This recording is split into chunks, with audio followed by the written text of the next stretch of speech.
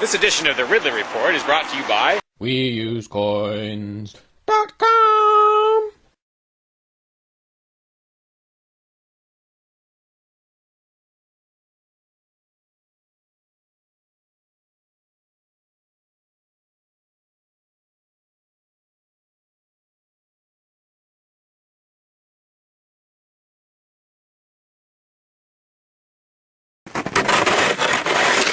When I was out there a couple years ago, I tried to do a video, I got rid of some of the ice and did a little video about it, suggesting maybe that I shouldn't be the only one. I don't think anyone even paid any attention, unless I'm missing something.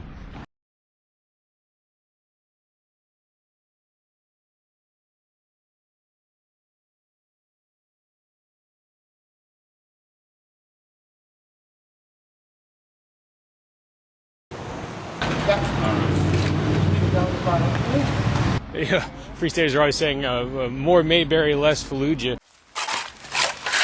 I'd like to say more Mayberry, less Move.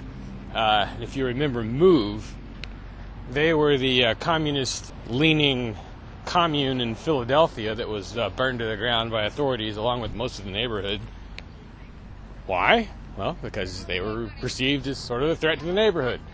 Their demeanor and actions didn't really always do much to help ease that perception. Initiation of property tax resistance. Simply put, I bought this land here under the impression that I own it. It should be accompanied by and thus associated with some sort of improvement to the neighborhood.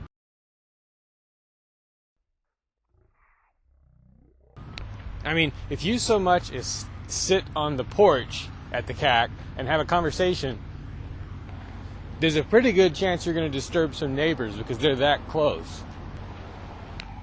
Imagine how much negativity there's going to be toward the CAC, toward Ian, as the place starts to become a real ground zero of some kind of property tax revolt. Because a lot of things will probably have to be done at or near the CAC to harden it in some way against the authorities. Once that 3-year mark is crossed and the place can be seized, there's going to have to be quite a few people there at all times so that when they come for it, the maximum stink can be raised. But again, it's in such a residential neighborhood that the stink is going to be a double-edged sword. My expectation would be that on the day they come for the house, the authorities will impose... Well, actually, before they even take it, they may impose an exclusion zone, which bans any number of people from being at the house.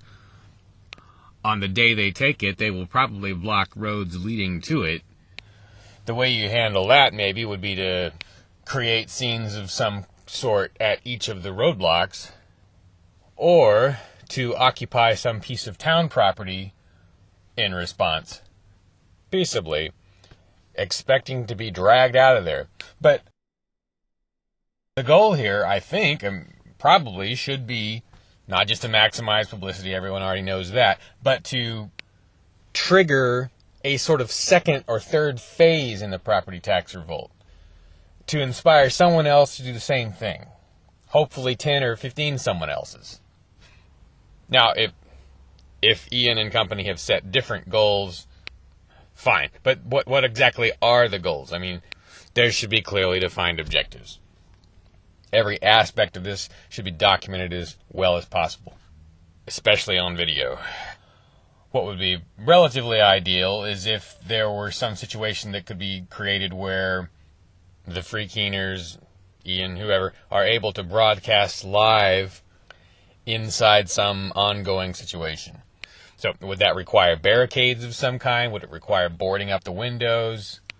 Should there be some method by which the people inside the home can render the home unusable to the bad guys after they've got it? Again, in a peaceable manner. Retreating armies, I guess in the days of old, would, well, I don't know if it was always done by retreating armies, but someone would sow the ground with salt, right, so you couldn't grow there. The Swiss, in their time, made plans to eliminate infrastructure on their withdrawal from Nazi troops in the event of an invasion. In our less warlike situation, what are the options for the free keeners? Are you in favor of this?